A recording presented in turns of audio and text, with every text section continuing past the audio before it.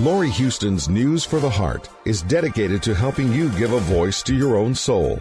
Our hearts have the power to free us from pain and the struggles that keep us from awakening to our true essence. Join Laurie now as we delve into our heart and soul to find the path that will open us to the possibilities and lead us to the life we love to live. And good afternoon. This is News for the Heart, and this is our New Year's show with Tom Campbell. We are going to talk about, New Year's intentions instead of resolutions, because I know that as a new year comes, we always want to set resolutions, and resolutions tend to be about doing. So we want to get you shift your focus to intentions. We'll look at the same types of resolutions, maybe look at how we can switch them over to an intention, maybe look at how we can, discover that, that fear that might be there that is sort of blocking you. I don't know, but welcome to the show, Tom. Thank you, Laurie. It's always a pleasure to be here with you. Always great. Here we are the day after Christmas. Yeah, I know.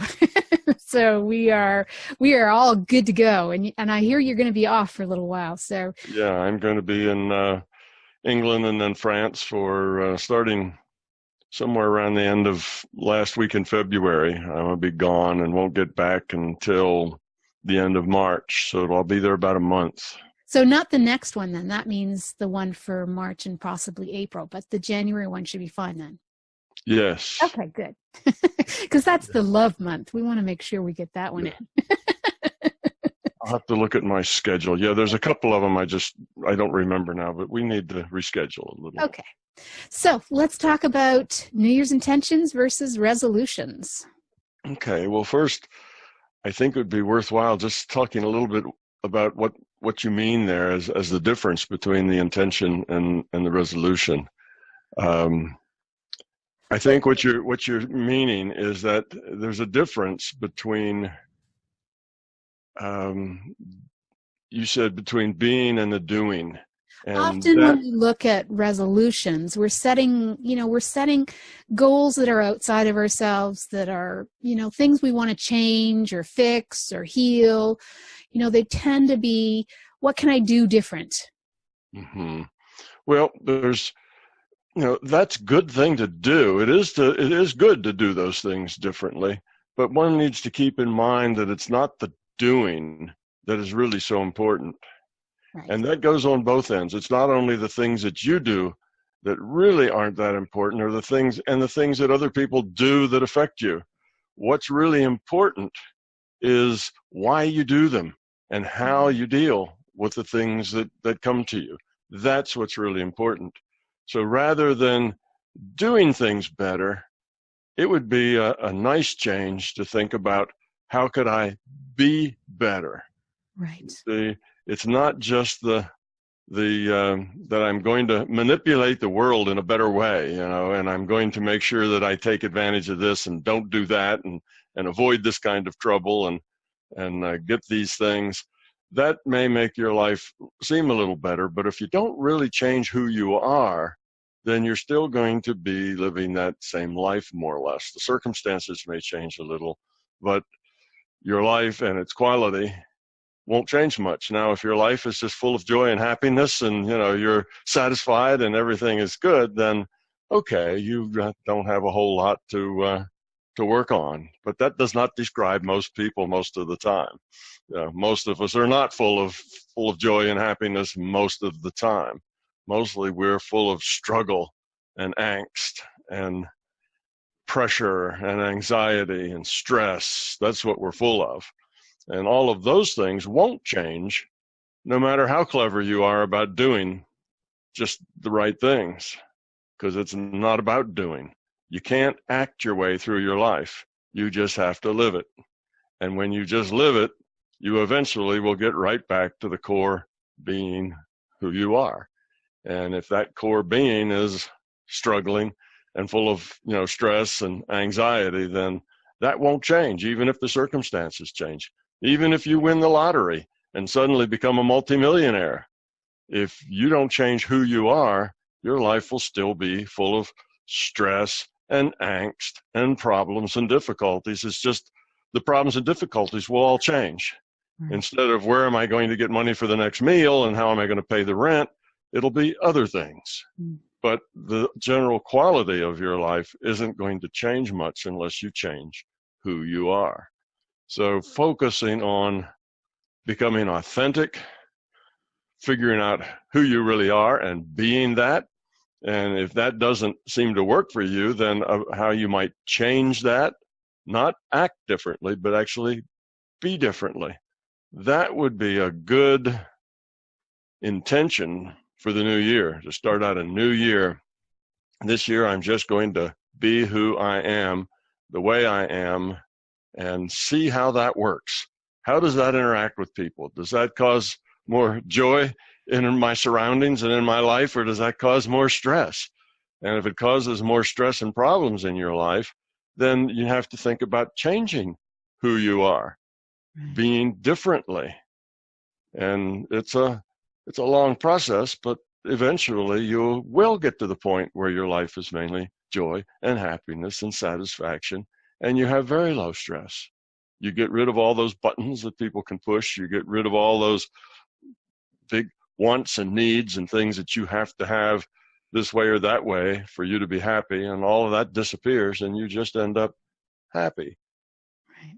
Even though everybody else is just the way they were, you're still happy, and then those other people that are around you start to change as well, because this is something that's contagious. It tends to affect other people, and they get to be a little happier too.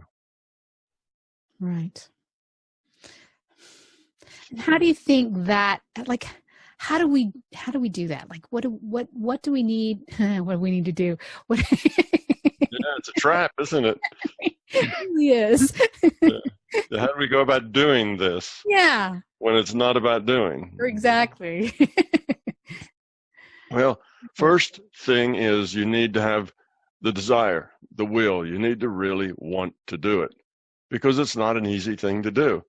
You have to really put some effort into being authentic. You have to put some effort into being more concerned with how you respond to other people and other things, not so much into trying to manipulate them to be the way you want. And we tend to just continue the way we are. You know, if we don't try hard, we just keep on keeping on the way we are, and nothing ever changes, and our life seems to be this unending struggle. Right. So if we want to change that unending struggle, then we have to change something. And the only thing we can change is ourselves. So we start there. So the first thing is you have to really want to do the work to find happiness. Now, happiness isn't a goal that you get to. Happiness is just what happens to you when you're living your life in the right way, when you have the right attitude toward things, when you are seeing bigger pictures and not lost in little pictures. Then happiness just happens. So it's not, happiness isn't something you go out and like find, you know, and trap it and make it stay around you. It doesn't work that way. And happiness is not that you are a successful manipulator and can finally get everybody to do just what you want them to do. That won't make you happy either. That would sort of be maybe the soft side of winning the lottery. You know, if you became a master manipulator, you'd think, oh, if I could just get, you know, my spouse and my children and my boss and, you know, people where I work and everybody to just be and do the way I want them to, life would be great. But it wouldn't. It wouldn't be great at all. You know, look at the people who actually had that. Who were they? They would have been the people in charge, the kings, the queens, right? The royalty. They had everybody being exactly the way they wanted them to be. They had this almost infinite power to manipulate, because whatever they said became the law. And if we read about these people in history, we will not find them a bunch of happy people who were full of joy and peace. We will find them to be a bunch of, you know, people who are always on the edge, always struggling, always fighting, always unhappy, always in the middle of a drama of some sort. And that's the kind of life you live if you are a master manipulator. And if you're just a so-so manipulator like most of us, we get the same result. It's another soap opera life, full of struggle and stress. And it's better to realize that the reason you have that struggle and stress is because you're trying to manipulate things. And so is most everybody else. And it just doesn't ever work out. Better to just accept things and deal with them by being gracious, with love, with caring, and just let people be however they are. Deal with the things you have to deal with, and don't deal with them, gritting your teeth.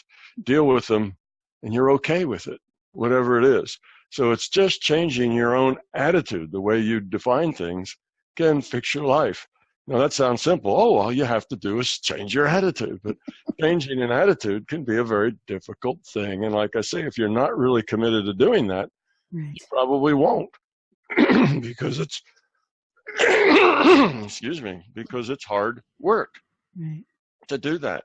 And the way you go about it first is you just have to think about, who am I? Really, who am I if I'm just authentic? And if that isn't a very pretty picture, then you have to change yourself. If that is a pretty picture, then go be it. Just be it, live honestly. Tell people what you think. Now, that doesn't mean be rude. It just means be straightforward, be honest. Yes, you should still be caring. Doesn't mean when I say tell people what you think, that is not a license to be rude, and tell people off. That's what you think. I really never did like that person. Now I'll tell them. No, it's probably not helpful to tell them. You see, it'd be more helpful to be kind to them instead, and maybe the whole relationship would get a little better. So the being yourself isn't a license to be more and more self-centered. It's a license to be honest with yourself. And when you see that person you don't like, you need to think, well, why not? What's the problem there? And the problem isn't them. You can't point to them and say, well, they're the problem. That's not the case. It takes two to make a relationship. And you can fix your part of it and let them do whatever they do. And if your part's fixed, then there isn't anything that they can do to really upset you or bother you, because you accept it as they are and you accept them as they are. They don't have to be the way you want them. They're living their own life. They're in their own soap opera, struggling.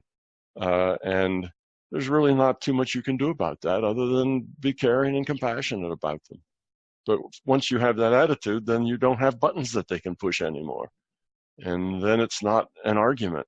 And even if they're rude to you, you can just kind of smile and give them a hug and say that's okay, and not let any of that bother you. Now, I'm not talking about acting. I'm talking that you have to be this way.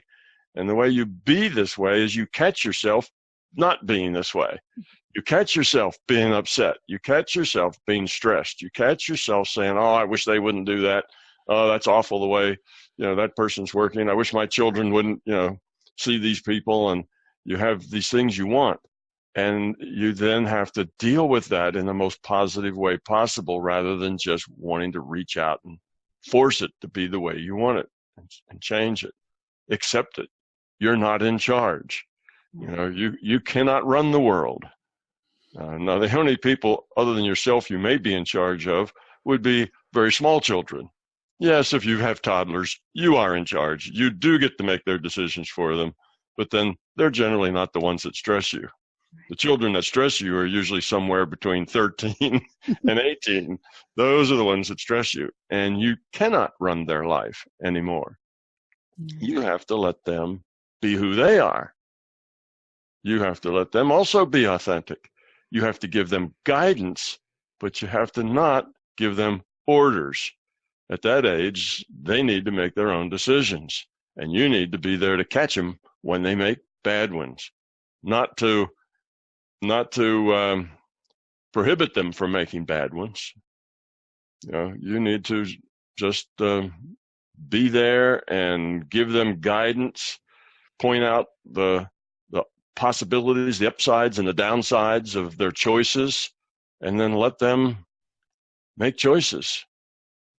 But if you are not judgmental, if you talk with them without being judgmental, they will actually come and seek your advice, seek your choices. They don't mind getting your help. They just can't stand you telling them what to do because they're at that awkward age of having to become their own person. And when you tell them what to do, you're jumping in their game of growing up and making their own choices. But if you're non-judgmental, they will come and seek you out and tell you about their hard choices and listen to you. But if you're judgmental, they'll never tell you a word because they don't want your judgment. You see, and if they can't get your advice without your judgment, then they'll get nothing. They just won't let you know what's going on. And, until one day you get a call from the police and find out that you're going to have to go down and, bail your little one out of jail or something. Then's when you find out about it. Well, that's not a good time to find out about it. So don't be judgmental. So, yeah, there's a few people that we can control other than ourselves, but they're mostly all under 10, or all under 12, that sort of thing. And then between the 10 and 12 and 13, we slowly have to let go a little bit more and a little bit more, every year to where they are making their own choices. And if we are manipulating things, we need to do it in the background so that it doesn't show. Mm-hmm. Parents do that all the time. They move to a better neighborhood. Well, that's a manipulation, but it doesn't show.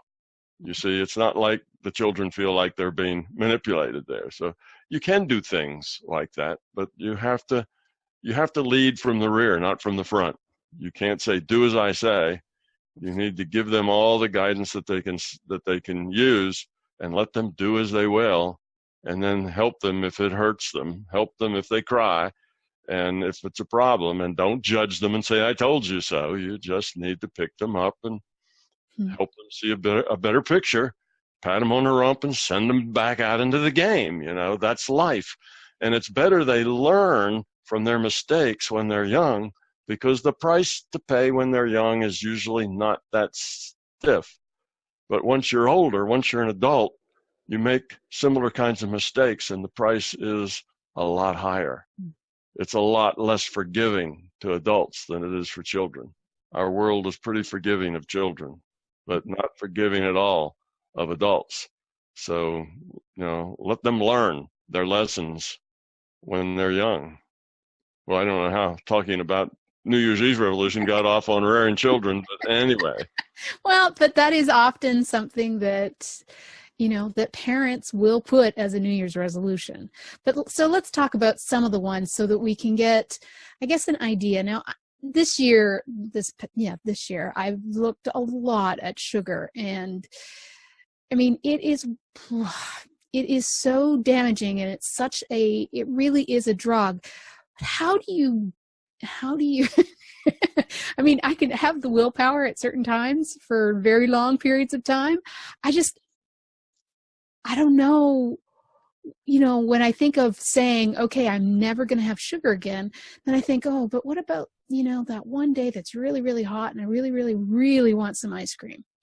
Or, how do you make that decision? And, obviously this is the problem with resolutions, because usually once you make a resolution, you tend to need to follow it really, really closely. And then once you fall off, well, then that gives your ego an opportunity to say, oh, well, you couldn't stick to it, so let's just go crazy. And that's often what happens. And we sort of lose track. There obviously is a fear attached to why someone emotionally eats, or, obviously there's consciousness that needs to be brought into each situation that we want to change. And, it's always at the beginning of the year that we sort of look at those things that we don't like about ourselves. And, we try to come up with ways to change our behaviors. Yes, I think the biggest thing is that you have to really want to change your behavior. Mm-hmm. If you're trying to change your behavior because you think you should, Well, I should stop smoking. I should lose weight. I should not eat sugar, because you've read and you've studied and you've got some information that says these things aren't really very healthy, good things to be doing. So you think you should stop them. Well, that's a very weak intent. Right. See, I think I should. That's an intellectual intent. Your intellect has gathered information and says these aren't good things to do. And therefore your intellect thinks it would be a good idea to stop. Well, you don't change yourself because you wish it at the intellectual level. That doesn't work. You have to really want to change at the being level. You have to really want to change at a deep level. And it's not so much, oh, I should quit smoking, as it is, I don't want to be a drug addict. I don't want to be a drug addict. I won't be a drug addict. And if you look at it that way, now it's not just that you're doing something you think you should, you're doing something you really want to do. You don't want to be a drug addict. Right. Being a drug addict costs money. Being a drug addict annoys the people around you because your behavior changes in ways that's generally not pleasant. If you're a smoker, a lot of people don't like smoke. A lot of people are not only annoyed by it, but they're allergic to it. Right. And it smells bad, and your clothes and your hair smell bad. And, you generally, just kind of smell bad all the time. If you smoke, your teeth get yellow, your breath smells bad too. And you're just not as good. But that's the way it is with drug addicts. Drug addicts generally end up with characteristics, be it their odor or, the way they act or think, that are not very pleasant or not very good for other people. If you're an alcoholic, then you tend to act in ways that you're just not that pleasant to be around. People don't want to sit around with you while you're drunk and raving or silly or angry or whatever it is you get when you get drunk. It gets to be pretty tiresome for other people. So it's not a good thing. And it's the same with all the addictive drugs.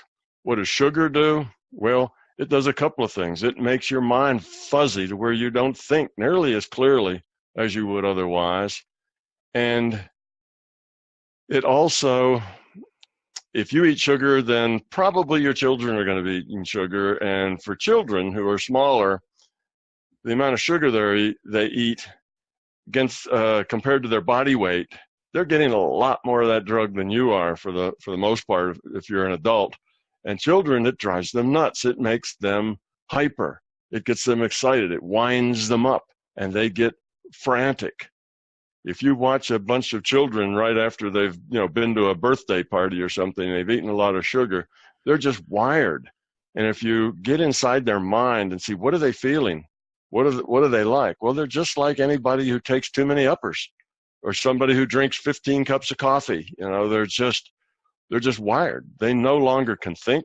They no longer, can connect. They're not connected to other people. They're not aware of their behavior.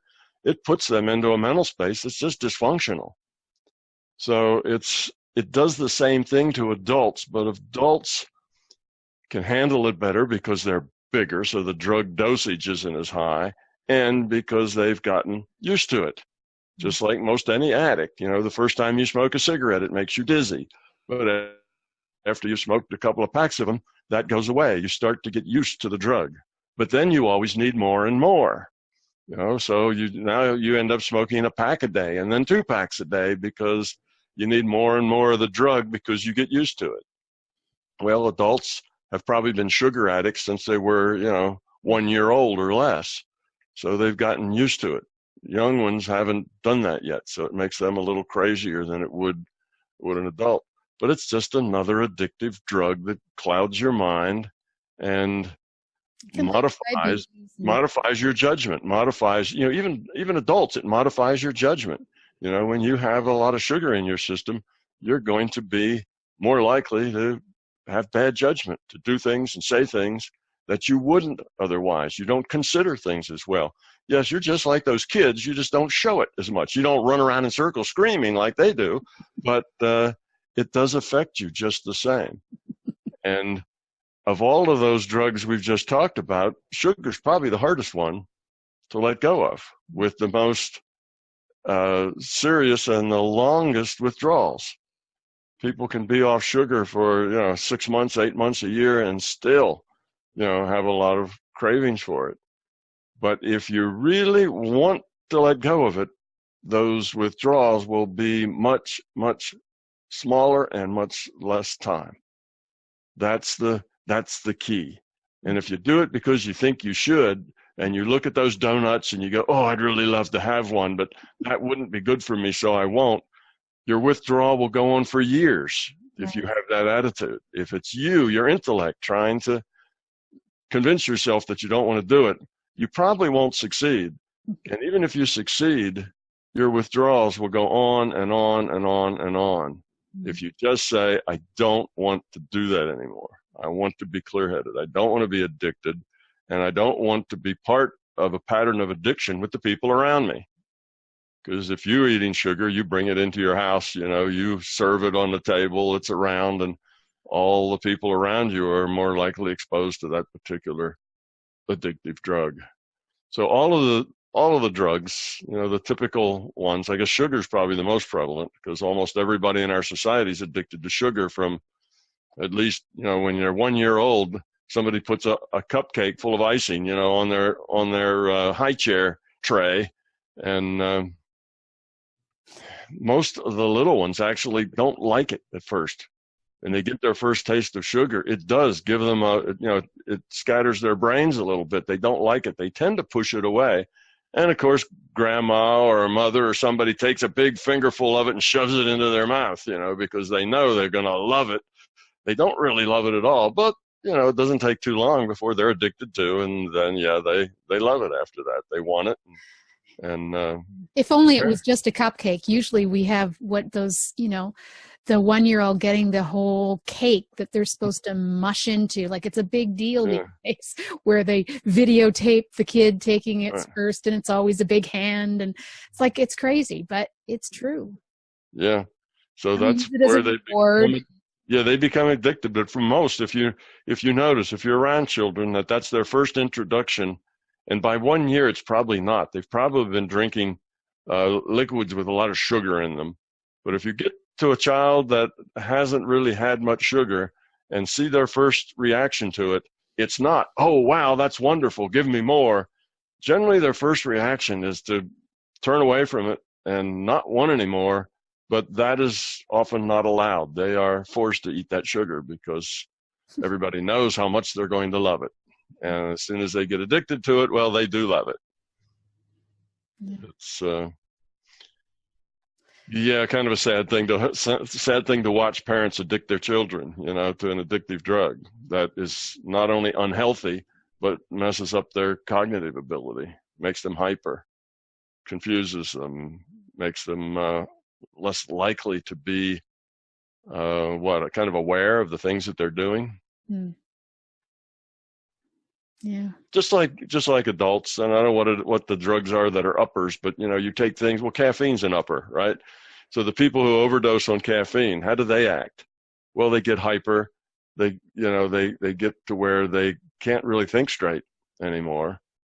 The idea is you take a little of it, and that makes you work better because you're a little more.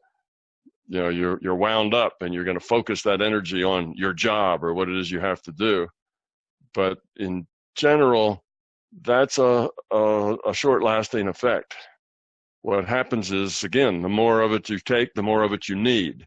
Right. And pretty soon you're taking so much of it that the effect is to disable you, not to help, not to enable you. It tends to be more a disabling thing. And so it is with sugar. But just the thing is, you have to want to change it at the being level. I really want to stop this. I really want to lose weight. I really want to stop smoking. I really want to not get angry every time I visit, my parents or my in-laws or my brother or sister or somebody that maybe you just have a mutual buttons that you push at each other and get each other, upset. If you really want to change those behaviors, you can. because you'll be waiting, and you'll say, well, when I get around that person, I'm not going to be annoyed. I'm just going to let it go. And you feel yourself getting annoyed, and you just don't do it. Don't go there. And it's not that you just, work that from the intellect. If you just work it from the intellect, well, okay, you'll be more polite than you would have been otherwise. But that's not the point. The point is you have to want to change it. You have to say, I don't want to feel that way. I don't want to be that way. And then you work at it. And it's slow, but over months and years, that reaction you get to that person or to that substance or to whatever it is gets less and less and less. And pretty soon, you've risen above it now. No matter what they say or do, it's okay. That's just them. That's just the way they are. And it doesn't trigger any particular reaction out of you, except maybe you feel just a little sad because that is the way they are, and there's really no way you can help them. Too bad. But it's not it's not you in that dance with them that's dysfunctional. That's where you're trying to get to. But it's not easy and it's not quick. But if you really want to do it, if you really have an intention, which is where we started, if your intent is to do it, and that's a strong intent that you keep with you, and it's an honest, being level intent, you will succeed. Your intent changes reality. You will succeed if you have that intent, and it's not just an intellectual intent. So that's the key, is making that intent a being level intent, and then keep putting energy into that intention coming true, and it will come true. It's, so that's not easy, but it's also always works. So if you can do this, you will, get past those sticking points, those things that annoy you or cause you the stress that you have. You can overcome them. So it's not like, well, I'll work hard and maybe I can and maybe I can't. If you really want to, you will succeed. That's the good news. The bad news is it may take you a year or 6 months, and you have to really want to at a deeper level. Right. But if you do, you will succeed. And when you succeed, that will be a burden lifted from you, and you'll feel so much better. You'll be happier. You'll be less stressed. Your life will just be better. And the amazing thing is that when you change yourself that way, all of your relationships will suddenly get better. Your connections, your significant other, but you're also your boss and your coworkers and your in-laws, and all your relationships will just improve. It's kind of amazing how that works. You don't have to do really anything to do that other than fix yourself, get rid of your own fears, get rid of your own ego. And if you do that, everybody else will get better too. Right. I mean, in the last few years, one of the resolutions that have risen are around wellness. So there is definitely people are aware of, the stress. And I found it interesting, one of the comments about fears that, that we actually need fear. That was in our last video. And when we look at our fears, I mean, obviously there are some fears that probably, the basic safety fears are probably the ones that will alert us. And I think that that's not unhealthy. But when we talk about fears, we're not talking about safety fears. We're talking about those fears that sort of block us. But the wellness aspect of the resolutions tend to be rising each year as to where it is on the list of what we want to change. And I think as we recognize stress and we recognize our fears, because stress is really just another fear of some sort, what are some of the things that can assist people when that is their goal? To get rid of those fears. Well, the fears are just the stress. Like usually people are looking at, I mean, they may specifically look at fears that they want to let go of, that they noticed, maybe abandonment or feeling separate, because there's usually something around separation or worthiness or something that sort of, intrigues people. I think worthiness is probably one of the ones that are attached with a lot of diet, smoking, alcohol, because I think we tend to feel, we're trying to prove our worth. So we're trying to prove to everybody else, I think, that, we're worthy. So we'll try and stop, we'll try and do the diet. We'll try and do this and that. So I think that that fear definitely influences a lot of people. But when we're looking at wellness, or we're looking at, letting go of some of the stress in our lives, because I think a lot of us seem to have, there are moments where I know when I'm stressed, and I know so many different things to do when, to get myself out of stress. But in a normal day, I'm not very stressed. In certain circumstances, I am. But I think, people that have a 9-to-5 job, and, they have all these other people and all these demands and all these things around them, what is a way to sort of look at their wellness and create a better alternative to, how they deal with other people, how they handle stress that's thrown at them because it's a stressful environment, or it's a stressful type job. Stress usually happens because things are not the way we want them to be. Yes. I think that's a pretty general, it's a pretty general statement, but I believe that's kind of the root of all stress. Is this situation is not the way I want this situation to be, and that causes the stress. Okay.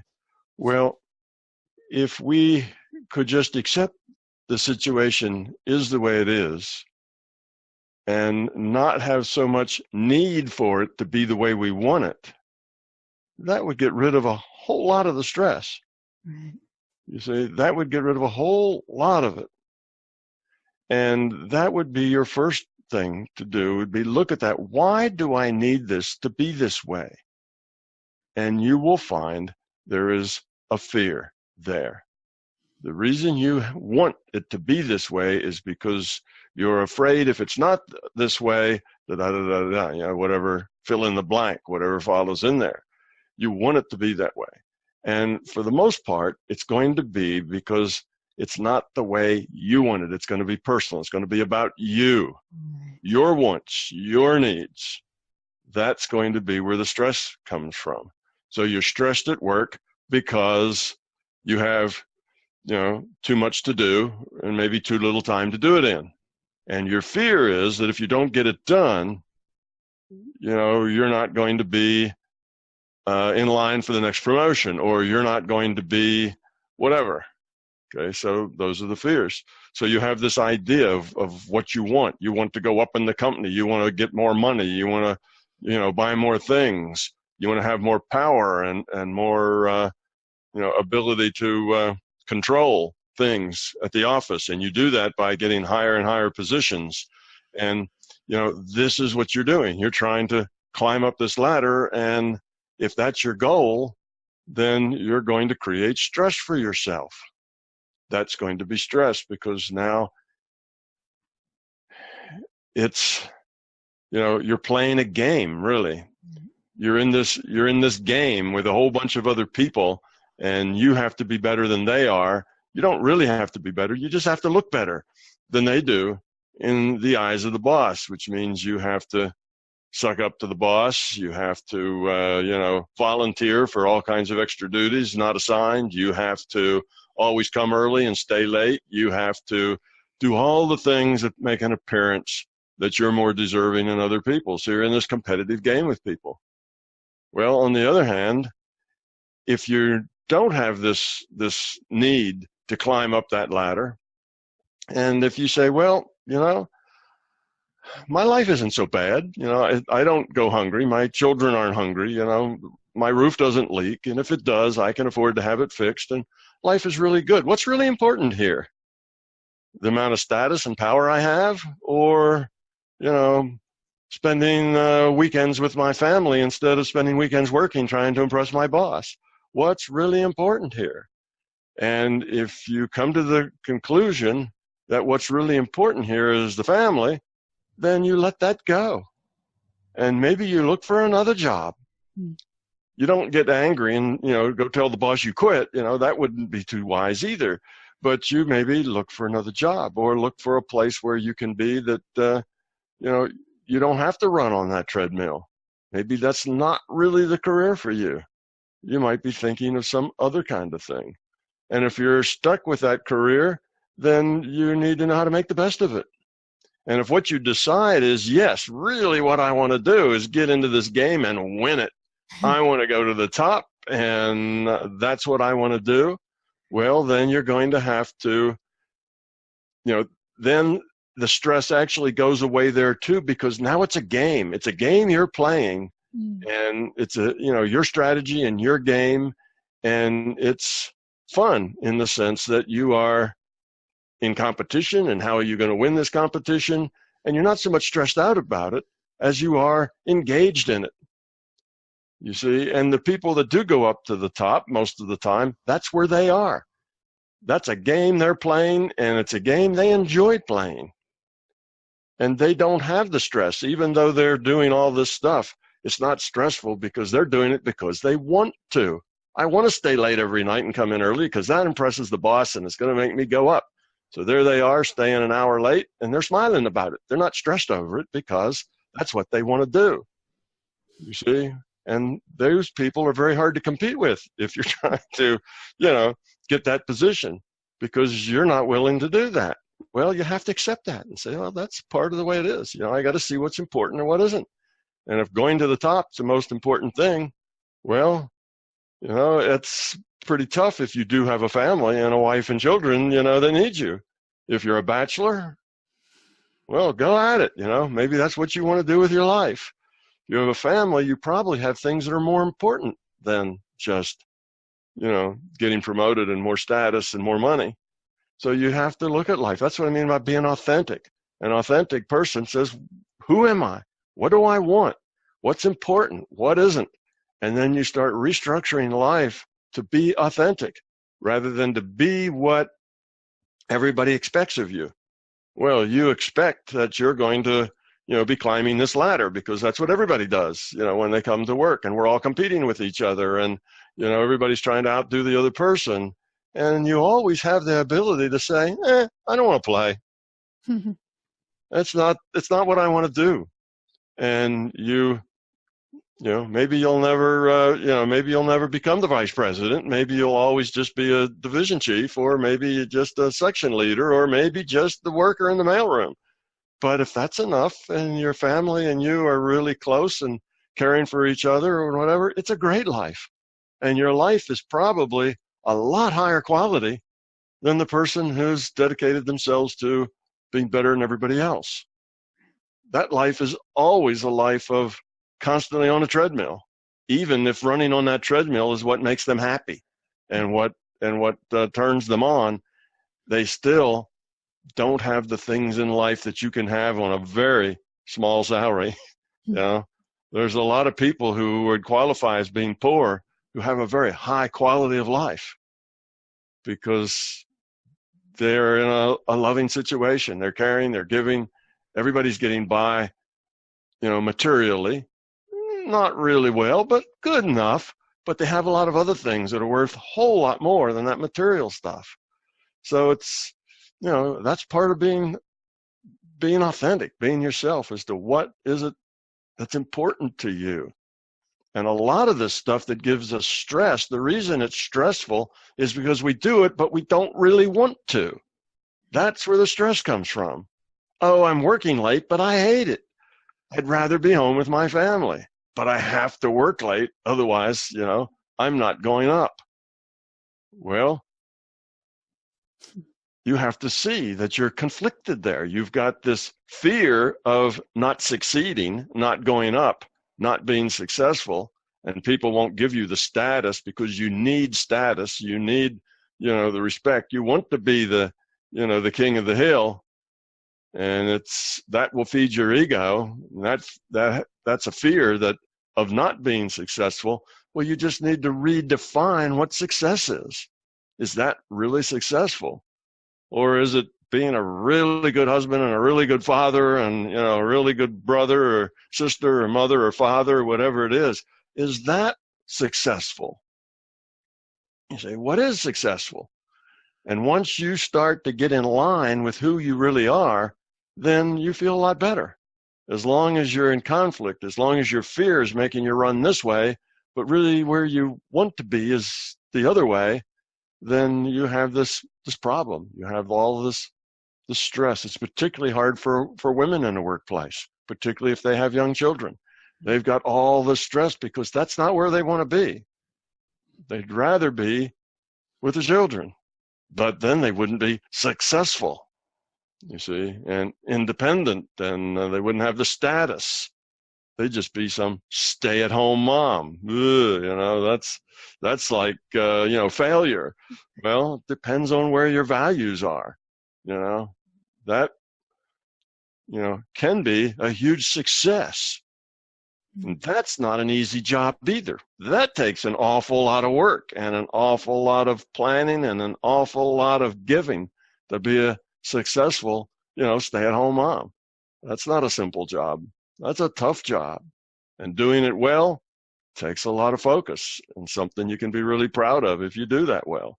So it's not, we let the culture tell us that success has to do with how much money you earn, how big a house you live in, how new your car is, and that sort of thing. And that's generally not where success lies at all. Those are the things that often keep us from the success that we really could have. So that's why we start with being authentic and finding out who we are. Why do we do the things we do? What are our fears? You have a fear that you're not going to be seen as successful in the eyes of others. Well, why do you need that? Well, the only reason you could need that is because you feel inadequate and you want to prove to yourself and others that you are somebody, special. And if you just stay at home, or if you just, do whatever it is you do and get by, then you wouldn't be successful. You wouldn't have as much stuff. Well, you need to let that go. That's just not useful. If that's what you really want to do, then you can do that too. I'm not saying it's not what you do that's the problem. It's the attitude with which you do it. It's your intention of how you do it. So if you want to climb that ladder, well, go climb the ladder. But if you do, you won't be stressed because you stay late. You'll feel good about staying late because that's what you want. I'm winning this game. I can stay later than anybody, and it makes you smile and feel good inside. It doesn't give you stress. If it gives you stress, you're probably doing something you don't really want to do. So then I'll look at your fear. What's driving you? What's creating the stress? You see, you get rid of the fears and the stress goes away. And I would disagree with the person who thinks that some fear is a good thing. I don't think any fear is a good thing, even those safety fears. Now, you have to be aware, right? You need to be aware. Being aware is not being afraid. Being aware is not being fearful. Okay, one has to not run out in the street without looking because that's stupid to do that. That's why you do it. It's not, well, I don't run out in the street because I'm afraid. No, it doesn't have to do with fear. Fear will always make you do something that's less than what you would do otherwise. If you're just aware, then that will keep you safe. Fear doesn't keep you safe. Right. What fear does is keeps you less safe. Okay, that's the problem. Fear is never helpful. Fear is always a problem. No matter what situation you're in, whether it's a safety one or not, the fear isn't helpful. Being aware, being intelligent, being informed, those are things that are very important, but they have nothing to do with fear. Being aware of the things that might bite you. Right. That's being intelligent. That's being aware. Being afraid of the things that might bite you, that gets in your way. Now there are things out there that may not bite you at all, but you think they might, so you're afraid of them. Right. See? So now every time you get within 10 feet of a big dog, you start to get upset. You get anxiety because that dog could bite you, you see, because you're afraid. Well, if you understand something about dogs because you made yourself aware and knowledgeable, you realize that don't stare them in the eye, don't, there's some things you don't do. And some things that you can do that, you don't reach right out and grab them by the ears, to pet them. You turn your back of your hand, you let them sniff you, there's some things you do. But fear makes it such that you don't do those things. Right. When you're afraid, now you see the dog, you stare right at it because you're terrified, and you start taking little steps backwards or whatever. What does that do? It draws the dog's attention because the dog sees you as being really weird, something in its environment that isn't right. And now it's looking at you because it thinks that there's something wrong with that person. I better keep an eye on them. You see, you've just created your problem. You see, and then the person says, well, big dogs don't like me. Every time I'm around them, I can just see, they don't like me. Well, it's because your fear is creating the problem. If you just walked up and say, hi, doggy, let them sniff the back of your hand, everything would be fine, but you're too afraid to do that. Therefore, you create a problem. You see, so even the safety fears, the fear is dysfunctional. It's always dysfunctional. Being aware, being intelligent, being informed, that's good, but that's not related to fear. That's related to just being intelligent. You look those things up, you inform yourself, because that's the smart thing to do in a life, where there are risks. But in as much as you're afraid, you will almost always do the wrong thing at the wrong time. You will always make whatever the issue is that's a threat to your safety will be worse if you're fearful than if you're clear-headed and know what to do and how to do it and can act. If you're standing there frozen with your eyes bugged out, you're just not very functional. You see, you have to be able to function in those safety situations where things have gone bad, not be fearful. Fear tends to lock you up. You can't move. You can't function. You're not coordinated. You stumble over things. It completely is dysfunctional in all situations. So we just need to get rid of the fear. That's the core problem. And if you have stress, that means you have fear. Right. And that stress is probably stress because there's an ego issue. Yes. The ego says, I have to do this. I don't want to do this. Mm-hmm. And now there's a problem, and that creates stress. So the times that people get stressed, sometimes it's social situations. They get stressed when they go to a party or something. Well, because they're afraid, their fear is that it will, people won't like them. People won't think that they're very sociable. They're not going to be funny. They're not going to be entertaining. They're not going to be any of those things. They're just going to kind of stand around and stare at their shoes, and everybody will notice, look at so-and-so. All they do is stand around and stare at their shoes. What's wrong with them? And that's a fear that they're not going to fit in, that they're, somehow it's not going to work out very well for them. And that's their fear. And because of that, they don't want to go. And because they don't go, they don't get invited. And they don't get invited just proves to them that nobody likes them. You see, it was their fear really is the problem. If they could get rid of the fear, everything would just work out fine. But the fear creates the problem most of the time. And even in the safety issues, that's typically the way it is. So you have to find out what those fears are. And you find them out because you look at things like stress. Am I stressed? If you are, there's a fear. There's a problem. There's an ego issue going on. Are you annoyed? Do you get angry? Are you unhappy? Are you struggling all the time? All the negative stuff, all the negative feelings. Am I unfulfilled? Am I,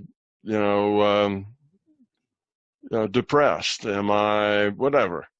Whatever it is, if it's a negative word, if it's something negative, that when you look at yourself, that goes to ego and fear and belief, and you just need to want to get over it and have the intent to get over it long enough that you get over it. Yeah. That's about as big a secret as there is. You just have to want to get over it enough to focus on it and get over it. There's no pill to take that'll help you get over it. You know, that's why people end up becoming alcoholics. I think that's the pill you take to get over it. You try to forget about it. Right. You try to get rid of that stress by getting drunk instead, because drunks aren't stressed, but they're even more stressed in their lives once the booze wears off and they have to deal with all the circumstances of their drinking. Now the stress is twice as much, and of course the way you get rid of twice as much stress is to drink twice as much, and it just keeps into a downward spiral that doesn't work out. I think that's with all the addictions, the emotional eating, the sugar. I mean, sugar was a reward as a child, right? So we take it when we feel uncomfortable. Whenever there's a situation where we're bored or we're uncomfortable or, we're trying to hide something, we use an addiction. We could talk about addictions. We've done that. We can do that another time. But I mean, that really is, the part of the problem. That is a very big part of that problem. Yeah. But that's us not really being authentic. We're not really, we're not really being who we need to be. When we get that negative feeling or feeling, a little pushed or a little harried or whatever, instead of going to find a cookie, to make us feel better, we should say, why am I feeling this way? Why do I feel overwhelmed? And it may be because you've just, stayed up all night trying to work on some problem and this and that, and now you've come home and you got all this other stuff to do and it's overwhelming. Okay. It's all right to be overwhelmed when things are overwhelming, well, deal with it the best you can and go take a nap as soon as you get a chance, right? Or just say, I'm sorry, I just can't, do any more of this. I'm so tired, I can't keep my eyes open. I'm going to take a nap. The rest of you, deal with the fact that I'm taking a nap, right? You're just going to have to cover and get done whatever it is I would do, and you're going to have to just accept it'll get done however it gets done, and it may not get done at all, and go take your nap. Mm-hmm. You see, that's part of it. You have to just be. Don't let here's what I should do. This is what's expected of me. Get in your way. Sometimes you just got to walk out, take a nap, and let other people cover for you. Mm-hmm. And it'll work out however it works out. And most of the time, however it works out is actually a whole lot better as if you had stayed and, tried to force yourself to do what you really didn't feel like doing. So just be authentic and see how that works. It'll be amazing how well that will actually turn out most of the time. And when it doesn't turn out well, you have to look at that and say, well, should I have done it differently, or is it just not my problem? Right. It's a learning. You'll learn by trial and error. You'll try things and see how they work. Make adjustments. Try it again. See how they work. That's why it takes 6 months or a year, because it's not something that somebody can tell you how to do. Here's the prescription. Do this, this, and this, and then that will happen. Life isn't like that. It's all trial and error. You try something and see how it works. And as long as your intent is to become love, right, eventually it's all going to work really, really well. But it may take you a year or two to get there. And sometimes you'll have to make changes in your life to get there. And that maybe be part of the process. Right. Well, I think we have a lot to think about and a lot to contemplate and to work on being. But I do like the information you've given today. It may not be all that different from the other resolutions you've done, but I think you've made some points that are maybe a little bit clearer to me anyway, things that I forget all the time. So Tom, thank you so much for doing these shows. I always love having you on here. I love that, we can look at how to, the practical ways of working with, all of the things that you've come up with. I know we tend to speak a lot about the same things, but I think it's important because I think we can hear the same thing, a million times, but there'll be that one person or that one thing that will trigger it to us, and we'll get it. So yeah, it works like that. People, to get things down to the being level, you have to hear them and hear them and hear them and think about them and try them and work on it and then hear them again. To get things at the intellectual level, you only need to hear it once, and then you say, okay, that's the way it is, and then you kind of forget about it and go on with your life. It doesn't really ever get to the point where it makes much difference, which is where most people are most of the time. We tend to live our life through our intellect. So we get this information, and okay, I'm overweight. All right, I should stop smoking. Yeah, I eat way too much sugar, and my diet isn't healthy, and you go through all of this stuff, and I work too much. I should stay more time with my family. And you have all these things that you might be thinking at the end of the year, but we think about them and then we forget about them and go right back into the old rut, because that's what we do. We're kind of in that rut, and you won't get out of that rut until you actually have a strong intention to do so. Otherwise, you just keep on keeping on, and your life will, though the details will change, the fundamentals will be the same. Right. And it doesn't matter how much money you make or, how much power you get or any of the rest of it. The fundamentals will still be the same. They won't change. So if you really want to change those fundamentals, then you need to change something fundamentally within yourself. Otherwise, it won't work. So yes, that's one reason that we seem to be repetitive here. The other reason is that the problems are really just one thing. Right. There's 1,000 problems out there that people have, and they all turn into one thing. Fear. The problem. And love is the answer. The love, the caring, compassion, that's the answer. So you're always going to come back to the same problem with the same answer, no matter what the issues are, no matter how that fear, however it takes place in your life, it's dysfunctional. Right. Even if you think it's keeping you safe, it's still dysfunctional. There's a way to be even safer yet without the fear. Right. And so that's the thing. So we always end up talking about fear. We always end up talking about love. And but that's really it, guys. There isn't anything else going on here. It's just that. So there's a million ways to look at it and a million ways to express it, but it all boils down to the same thing. And that's get rid of the fear, be authentic, live your life at the being level, and happiness just happens.